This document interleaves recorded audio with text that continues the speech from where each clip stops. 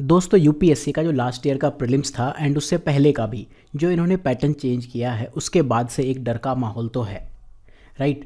And उसके बाद जो रिसेंट एक दो एग्ज़ाम और हुए हैं उनके बाद भी एक चीज़ बहुत क्लियर है कि आने वाले टाइम में यूपीएससी चेंजेस ज़रूर करेगा एंड पीछे नहीं हटेगा।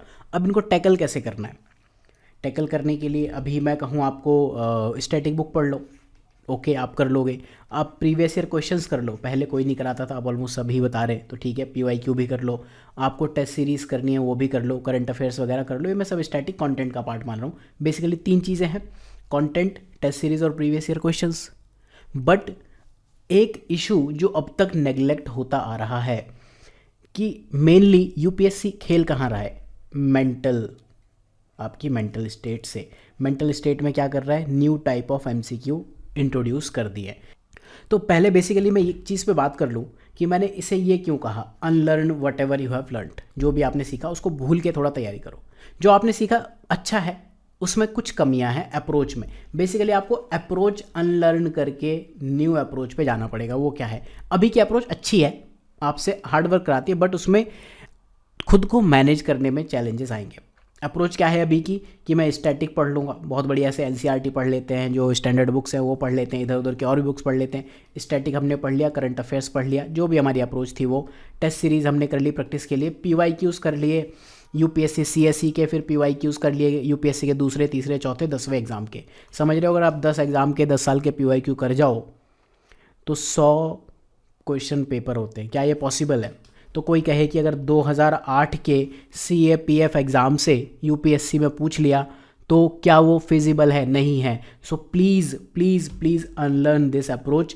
आपको मेन जो काम करना है न्यू अप्रोच पे, वो वही अप्रोच हो सकती है जहाँ पे एग्जामिनर खेल रहा है। जैसे एक टाइप ऑफ एमसीक्यू वो था जो एजर्जन रीजनिंग टाइप, या तो इस तरह से दे दिए या फिर इस तरह से। बात देखिए, ये बहुत पहले पूछते थे, राइट। फिर एक जो टाइप ऑफ एमसीक्यू है ये वाले पेयर टाइप। तो इनसे इश्यूज़ क्या हुए? एक मेंटल बर्डन आ गया कि हम कैसे प्रिपेयर करें यूपीएससी के इस चेंजिंग टाइम में। एंड उसके साथ ही सी सेट में डिफ़िकल्टी लेवल बढ़ा है। अगर अभी मैं सिर्फ कॉम्प्रहेंशन तक खुद को सीमित करूं तो आप देखोगे ले दे के comprehension, inference, assumption, conclusion and crux हो गया, ये इस 7-8 वे में है। एंड उसके साथ आप देखोगे short comprehension and long comprehension, ये बेसिकली चल रहा है। शॉर्ट कॉम्प्रहेंशन मतलब एक क्वेश्चन एक टाइप का, कि एक क्वेश्चन पूछा और उन्होंने इन्फेरेंस पे क्वेश्चन पूछ लिया। लॉन्ग कॉम्प्रहेंशन में हो सकता है, फॉर एग्जाम्पल ये 2022 का एक क्वेश्चन है, पैसेज बड़ा है, यहाँ पे जो क्वेश्चन पूछे, एक पैसेज बेस्ड क्वेश्चन पूछ लिया, अगला भी पैसेज बेस्ड, अगला एजम्पशन बेस्ड, उससे अगला जो है उसमें तीनों एजम्पशन बेस्ड क्वेश्चन पूछ लिए। तो ये बेसिकली टाइप ऑफ एमसीक्यू है जो हमें अब कनकर करनी चाहिए। तो अभी टाइम ये है कि जो भी टाइम बचा है प्रीलिम्स के लिए, उस टाइम पे क्या आप अनलर्न कर सकते हो? अनलर्न जो भी आपने सीखा है। बिलीव मी, ज़िंदगी में सबसे डिफ़िकल्ट चीज़ होती है जो हमने सीख लिया है उससे पीछे जाना। आपको जब भी समझ में आए कि जो हम कर रहे हैं उससे लाइफ डिफ़िकल्ट होने वाली एंड कोई और तरीका है, वहाँ चैलेंज सिर्फ एक चीज़ को लर्न करने का है या एक और अप्रोच अपनाने का है। जैसे ही आपको वो चीज़ हिट करे तो क्या आप अनलर्न करके न्यू चीज़ पे जा सकते हो? रिस्क है इसमें। रिस्क ये है कि क्या पता ये चीज़ वर्क करे ना करे, लेकिन एक चीज़ आपको क्लियरली दिख रही है कि न्यू टाइप ऑफ एमसीक्यूज़ में एक्सपेरिमेंट्स होने हैं। जैसे अगर मैं बहुत पुराने टाइप के कुछ क्वेश्चन उठाऊं, जैसे मैप विद लोकेशन, ऐसे क्वेश्चंस पूछता आ रहा है, ये है ABCD बता दो कौन सी जगह क्या है, फिर पूछ ले। जैसे इस बार अभी रिसेंटली एक क्वेश्चन आया, उन्होंने कहा कि गंगटोक कहाँ है एंड ईटानगर, नैनीताल एंड कुछ यमुना नगर है, श्री गंगानगर, कौन सा ऊपर है सबसे ऊपर, राइट, लैटिट्यूड वाइज। वो एक डिफ़िकल्ट क्वेश्चन है। या कुछ ऐसा क्वेश्चन पूछ ले कि एक रफ मैप दिया JNK का, अब ये रफ कितना रफ है आप समझो, इसमें से कौन सी सिटी है, कैसे याद करो, यूपीएससी का क्वेश्चन है। या फिर इस तरह से पूछ ले, कल के दिन हो, ये अमीबा का भी तो मैप हो सकता है यूनियन टेरिटरी के बदले, उसमें कहे ये बताओ ये वाला ऑर्गन क्या है, ये वाला ऑर्गन क्या है, राइट। तो अगर वो आपसे कुछ ऐसे क्वेश्चंस पूछ ले कि एक इमेज दे दे, उसमें नेमिंग करो कि बताओ ये क्या है, या फिर कुछ ऐसे क्वेश्चन पूछ ले, हबियस कॉर्पस, स्पेलिंग गड़बड़ कर दे इन चार में से, चारों ऑप्शन में हबियस कॉर्पस लिखा है, स्पेलिंग गलत है, हु नोज कि क्या पूछने वाला है, राइट। भाई ABCD आपके पास आंसर नहीं चारों में से, लेकिन क्या करना है? तो उसके लिए बेसिकली ये सब क्या है, मैं आपको डरा भी रहा हूँ और रियलिटी बता रहा हूँ, डरने की बात नहीं है। आपको मेंटली प्रिपेयर्ड रहना है, राइट। ये जो लेक्चर है टाइप ऑफ एमसीक्यू, जब पेयर टाइप क्वेश्चंस नहीं इंट्रोड्यूस हुए थे, तब ये टाइप ऑफ एमसीक्यू का जो लेक्चर था तब आया था। लास्ट जो आई थिंक 2022 का प्रीलिम्स है उससे कुछ दिन पहले का ये है, राइट। एक बार ये वीडियो देख जाना, उस टाइम पे 18 टाइप ऑफ एमसीक्यू थे, 8 टाइप ऑफ सी सेट में क्वेश्चंस, प्लस सिली मिस्टेक्स कहाँ होती है, ये ज़रा चीज़ याद रखना। सिली मिस्टेक क्यों इंपॉर्टेंट है? सबसे पहले काम हम उस पर करते हैं जो गड़बड़ हो जाए। 20 सिली मिस्टेक अगर आप कर गए, एंड पीवाईक्यू पुराने क्यों इंपॉर्टेंट है, ये 4-5 लेक्चर। एंड अगर आपको डर लगे तो ये देख लेना कि क्या मैं ठीक राह पर हूँ, क्या आपका रास्ता सही है। ये जो वीडियो था लास्ट ईयर जब बहुत ज़्यादा हो गया था एलिमिनेशन, तो मैंने जेन्युइनली आपको बताया था कि जब भी हम क्वेश्चन सॉल्व करते हैं तो मैं पहले आंसर लिख लेता हूँ कि 1 का ए है, 2 का सी है, 4 का डी है। इस तरह से मैं पहले से लिख रहा हूँ, उसके बेस पे एक्सप्लेन कर रहा हूँ, राइट। तो इस वे में आपको चीज़ें करनी है। एंड एक और चीज़ कि क्या पीवाईक्यू ख़त्म हो सकते हैं? अगर ख़त्म हो जाए तो भी आपको पीवाईक्यूज पढ़ने ही हैं, नहीं ख़त्म हो तो भी पढ़ने हैं, ठीक है। तो वही जो 18 टाइप ऑफ एमसीक्यू हैं वो एक्सपेंड होते जा रहे हैं। एंड अब इसमें मैं डेफिनेटली थोड़ा अप्रोच चेंज करूँगा।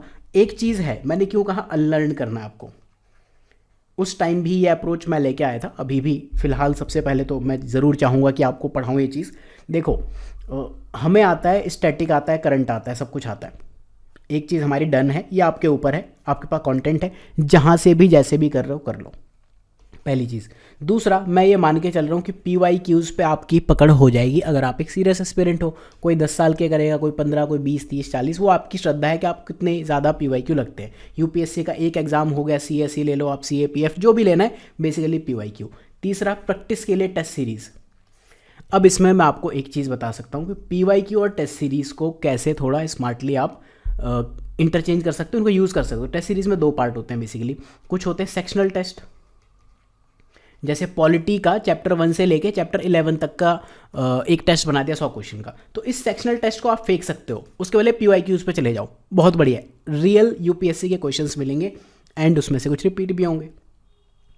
बट जो फुल लेंथ टेस्ट है वो प्रीवियस ईयर से आप जो भी रिजल्ट अचीव करना चाह रहे हो नहीं कर पाओगे। कारण क्या है कि बेसिकली जो टाइम ऑप्टिमाइजेशन है, नंबर ऑफ क्वेश्चंस कितने अटेम्प्ट हो रहे हैं, बबल आप सही भर रहे हो नहीं भर रहे हो, ये सब चीज़ें सिर्फ और सिर्फ फुल लेंथ टेस्ट में एग्जाम मोड में की जा सकती है।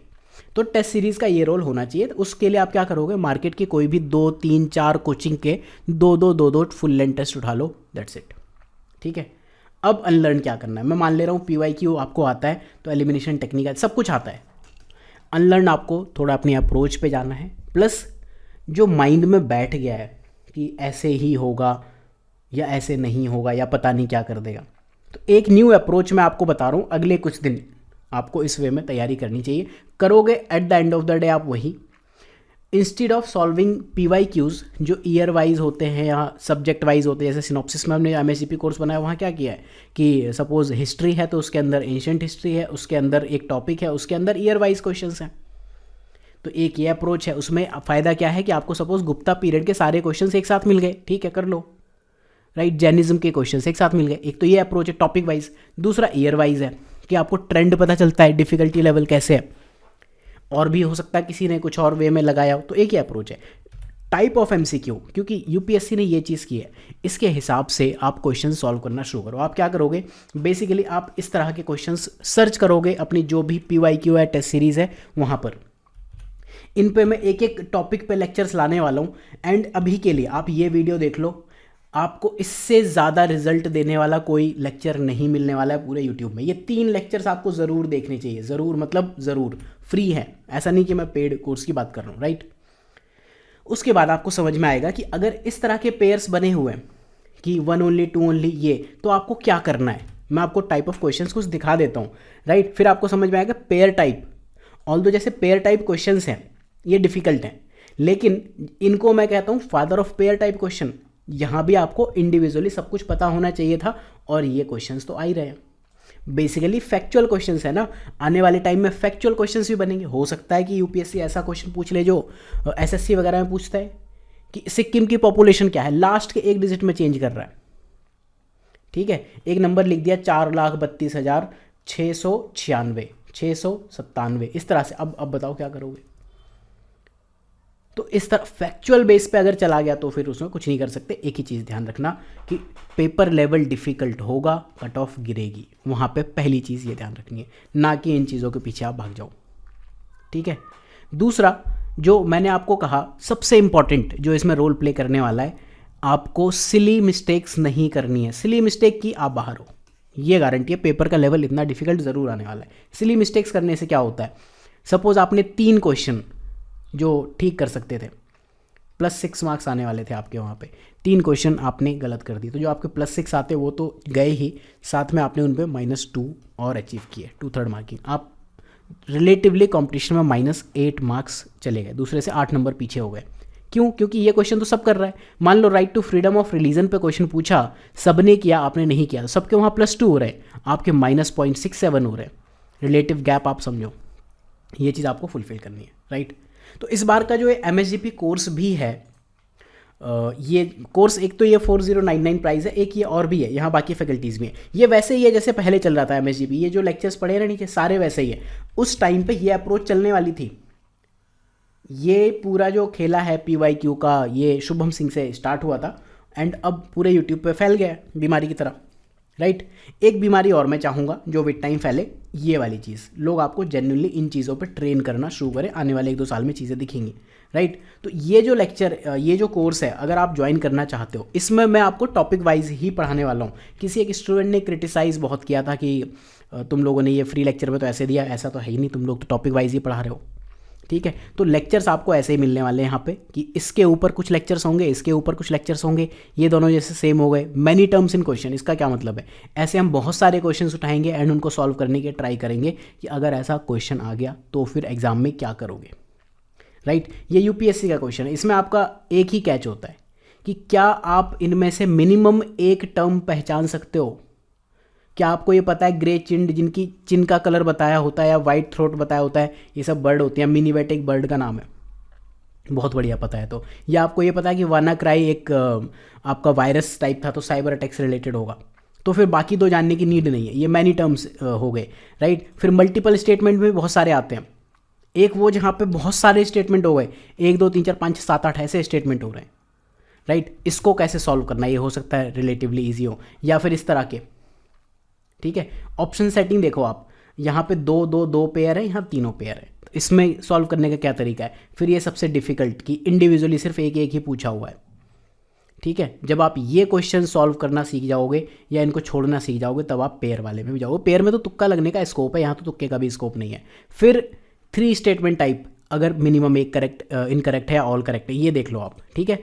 अब 4 स्टेटमेंट टाइप ऑप्शंस पेयर में है, इस तरह के 1 and 2, तो आप देखोगे पेयर ऐसे है 1 2 3 4, तो एक बार इसका पेयर बनाएगा, एक बार इसका, ऐसे पेयर बना रहे हैं। 1 का 2 के साथ पेयर बनाया है और 4 के साथ, ठीक है। 2 का 3, 3 का 4, इस तरह से पेयर बनाए। तो ये देखेंगे, डिटेल में देखेंगे। अब एक कुछ ऐसे भी क्वेश्चन दिखेंगे, जब आप इस क्वेश्चन को पढ़ोगे तो अगर all of the above option होता, आप कहते हैं कि हाँ सभी तो सही है। अब एक्चुअल में UPSC ने ऐसा कोई ऑप्शन दिया नहीं, तो उस टाइम पे हम वेटेज चेक करते हैं कि कौन सा ज़्यादा ट्रू है, वो देखेंगे हम, राइट। फिर म्यूचुअली एक्सक्लूसिव स्टेटमेंट, इसका मतलब क्या है कि इस क्वेश्चन से तो नहीं, मैं आपको इन जनरल बता देता हूँ। मान लो कि 2 स्टेटमेंट है और दोनों कंडीशन ये है कि एक A है एक B है। अगर A ट्रू है तो B गलत होगा ही होगा, और B ट्रू है तो A गलत ही होगा। कुछ ऐसा क्वेश्चन था, कोई XYZ स्कीम थी, एक स्टेटमेंट था कि ये स्कीम DOPT की है, राइट, एंड दूसरा ये स्किल के लिए है। अब मुझे नहीं पता ये XYZ किस चीज़ की स्कीम है, बट एक चीज़ क्लियर है कि अगर DOPT की स्कीम है तो गवर्नमेंट एम्प्लॉयज़ के लिए होगी, स्किल की स्कीम है तो DOPT के नहीं होगी, राइट। तो एटलीस्ट आपने उसमें क्या किया, 2 ऑप्शन एलिमिनेट कर दिए। इस टाइप का कोई क्वेश्चन था, राइट। इसको हम कहते हैं म्यूचुअली एक्सक्लूसिव स्टेटमेंट्स, राइट, ठीक है। नेक्स्ट देखते हैं फैक्ट बेस्ड। अब जैसे इसी वाले क्वेश्चन में देखो, एक स्टेटमेंट में बहुत ज़्यादा फैक्ट्स हैं, जैसे यहाँ पे WHO भी है, वर्ल्ड बैंक भी है, कहीं हो सकता है 3-4 फैक्ट हो। तो एक स्टेटमेंट के, एक फैक्ट के सही होने के चांसेस क्या है, या तो वो ट्रू होगा या फॉल्स होगा, मतलब उसके सही होने का चांसेस ईदर ट्रू और false upon 2, true and false, मतलब 1/2। तो 1/2 इस फैक्ट के सही होने के चांसेस है, 1/2 इस फैक्ट के सही होने के चांसेस, इस तरह से n नंबर ऑफ फैक्ट्स हो सकते हैं। तो इस स्टेटमेंट के सही होने के चांसेस 1/4 है, ठीक है। एलिमिनेशन के अलावा जो चीज़ हम सीख रहे हैं। फिर इनकरेक्ट टाइप, इनकरेक्ट में 2 टाइप के क्वेश्चन है। एक में यहाँ इनकरेक्ट लिखा है, लेकिन यहाँ पूछा है कि कंसिडर दिस, एंड जो इनकरेक्ट टाइप 2 है वहाँ ऊपर लिखा है which of the following is incorrect, select the correct answer. Basically incorrect ही पूछ रहा है, ये ध्यान रखना, यूपीएससी ने इस तरह के क्वेश्चंस पूछे हैं। फिर वन लाइनर, ये तो ठीक है, लगता ईजी है कि काश ये पढ़ा होता, बट ठीक है, वो काश इतना ईजी नहीं होता, आता है तो आता है, नहीं आता तो नहीं आता। फिर मैच द फॉलोइंग में है, जहाँ यहाँ भी 4 स्टेटमेंट है, यहाँ भी 4 स्टेटमेंट है, राइट। तो यहाँ वैसे ही वो पेयर बनते हैं कि कोई से दो, जैसे 2 and 4 है, 1 and 4, राइट, 4 and 2, इस तरह से इन्होंने 2 4 इधर कर दिया, 4 2 इधर कर दिया, इस तरह से कुछ एक्सचेंज कर दिया, बात करेंगे डिटेल में। देन ये थोड़े से ईजी हो जाते हैं कि यहाँ पे 4 स्टेटमेंट है, यहाँ 5 है, लिस्ट 1 लिस्ट 2 में। फिर तीसरा टाइप क्या होता है, यहाँ डेफिनेशन चेंज कर दी, राइट, ये काफ़ी ज़्यादा पॉपुलर टाइप के क्वेश्चंस हैं। फिर मैच द फॉलोइंग टाइप में और कुछ आ जाते हैं कि या तो एटलीस्ट एक रॉन्ग है या फिर 2 ऑप्शन चेंज कर दिए उन्होंने। फिर पेयर टाइप तो आपने देख ही लिया। फिर क्रोनोलॉजी इन जनरल हम कहते हैं ये तो गलत है, राइट। फिर कंटेम्प्रेरी टाइप क्वेश्चंस आते हैं कि अकबर का कंटेम्प्रेरी ये था, इसका होता हो, तो ज़्यादातर रॉन्ग होते हैं, ठीक है, वो एक ट्रिक है। फिर सिमिलर ऑप्शन, सिमिलर स्टेटमेंट जहाँ होते हैं उनको हम सिस्टर स्टेटमेंट भी कहते हैं, जैसे कुला वापा एंड ड्रोन वापा। ये क्वेश्चन था, यहाँ पे देखो लैंड लिखा है, लैंड लिखा है, ठीक है। तो classification of urban land, measurement of land, 2 चीज़ है। इसका मतलब इन 2 में से एक ट्रू होने के बहुत हाई चांसेस है। आप प्रीवियस ईयर ऐसे क्वेश्चंस उठा के देखना जहाँ 2 मैचिंग ऑप्शंस आते हैं, वहाँ आंसर उन्हीं में से एक होता है। कैसे उनको सॉल्व करना है वो। फिर कुछ इन्फ्रेंस बेस्ड कि आप क्या क्वेश्चन को देख के कुछ गेस कर सकते हो, इन्फ्रेंस लगा सकते हो, ठीक है, कि नेचुरल मॉस्किटो रेपेलेंट है तो इनमें से क्या होगा, कांग्रेस ग्रास हो गया, एलिफेंट ग्रास या लेमन ग्रास हो सकती, क्या हो सकता है, राइट। फिर मैप विद लोकेशन में हमने देख ही लिया कि किस तरह के क्वेश्चंस हैं। एक जो सबसे डिफ़िकल्ट क्वेश्चंस जो मैंने बताया आपको कि अगर ये अमीबा हो उसमें लिखना हो कि क्या है, राइट। फिर कुछ चीज़ें आपको देखनी पड़ेगी जहाँ कोई भी एलिमिनेशन नहीं लगेगा, जैसे इसका स्टेटमेंट 2 है, ठीक है, सम हिमालयाज में, मतलब आंसर सी और डी में से है, लेकिन अब ये नहीं पता तो नहीं पता। तो ये क्वेश्चंस बेसिकली आपके नेक्स्ट अटेम्प्ट को स्पॉइल करने के लिए। फिर एक चीज़ हम ये देखेंगे, बबल्स कैसे गलत नहीं करने, ठीक है। इसके बाद सी सेट में थोड़ा हम देख लेते हैं कि हम क्या डिस्कस करने वाले हैं, कि बेसिकली कैसे कॉम्प्रहेंशन सॉल्व करने हैं, ठीक है, क्या तरीका है। काफ़ी इजी तरीके से ये चीज़ सॉल्व होते हैं। और ये जो बेसिकली मेरे ऐसे लोग हैं जिनका बैकग्राउंड इंग्लिश नहीं है या लिटरेचर या आर्ट साइड नहीं है, उनको डिफ़िकल्टी होती है इंग्लिश और कॉम्प्रहेंशन में, तो ये तरीके थोड़े से मैंने वहाँ निकाले थे, कहीं ना कहीं से थोड़ा बहुत आइडिया लगा के सीखे ही थे। तो इन्फ्रेंस बेस्ड क्वेश्चन क्या होते हैं, एजम्पशन बेस्ड क्या होते हैं, राइट, एजम्पशन में क्या डिफरेंस है और इन्फ्रेंस से। देन कंक्लूजन या सम अप करना है तो क्या करना है, ये कुछ चीज़ें हम थोड़ा समझेंगे। देखने में तो सिंपल लगता है, जब हम रियल में सॉल्व करने जाते हैं तो दिक्कत आती है। फिर क्रक्स टाइप के क्वेश्चंस हैं तो हमें क्या करना है, इम्प्लीकेशन टाइप के क्वेश्चंस क्या है, इम्प्लाई और इन्फर में क्या डिफरेंस है। जब तक आप ये डिफरेंस नहीं समझोगे तब तक आपको दिक्कत होगी। देन कोरोलरी टाइप में क्या करना चाहिए, आर्ग्यूमेंट में क्या है। देन पैसेज बेस्ड क्वेश्चन की पैसेज के ऊपर ही आपको आंसर देना है, जैसे इसका कोई मतलब नहीं, अकॉर्डिंग टू पैसेज, इस पैसेज में जो लिखा है उसी के बेस पे आपको क्वेश्चन का आंसर देना है। इसके अलावा मैथ्स भी है, वो भी हम देखेंगे बेसिकली, ठीक है। तो ये सारी चीज़ें इस बार का जो MSGP कोर्स है उसमें होने वाली हैं। जो प्रीवियस चीज़ें सिखाई थी ये आप देख लेना, लेक्चर ये वैसे ही है, थोड़ा बहुत मैंने मेहनत कर ली, थोड़ा किसी और ने ज़्यादा मेहनत कर ली। लोग कहते हैं मेरी टेक्निक है, कोई कहता है मेरी टेक्निक है, तो इसमें कुछ चीज़ें आपको डेफिनेटली देखनी पड़ेंगी, ठीक है। एलिमिनेशन सीखना है तो शुभम सिंह का ये लेक्चर है, 3 साल पुराना है बट बहुत बढ़िया लेक्चर है। एंड इसके अलावा सब्जेक्ट वाइज कैसे चीज़ें वर्क करती हैं वो आप देख लो, ये तो मेंस के कुछ चीज़ें डाली थी। एंड यहाँ पे सी सेट भी होगा, राइट, ये कॉम्प्रहेंशन के क्वेश्चंस कुछ डाले, एजम्पशन बेस्ड क्वेश्चन, तो इन्हीं पे हम बात करेंगे आगे। तो अगर आप सीरियस हो तो MSGP के इस कोर्स में आओ, राइट। अदरवाइज़ आपको लगता है कि सिर्फ कंटेंट ओनली चाहिए या कोई भी फैकल्टी पढ़ा दे तो 2999 ये कोर्स भी ठीक है। आपको सिर्फ ई बुक चाहिए तो सिनॉप्सिस की वेबसाइट पे नहीं है, reader.com REEDOR, वहाँ पे जाके MSGP ई बुक सर्च कर लेना, मिल जाएंगी। अगर आपको लगता है कि ई बुक से आपका काम चल सकता है, वेल एंड गुड, आप उसको फॉलो करो। हो सकता है आपने पहले बहुत बढ़िया तैयारी की हो, वीडियोज़ की नीड ना हो, राइट।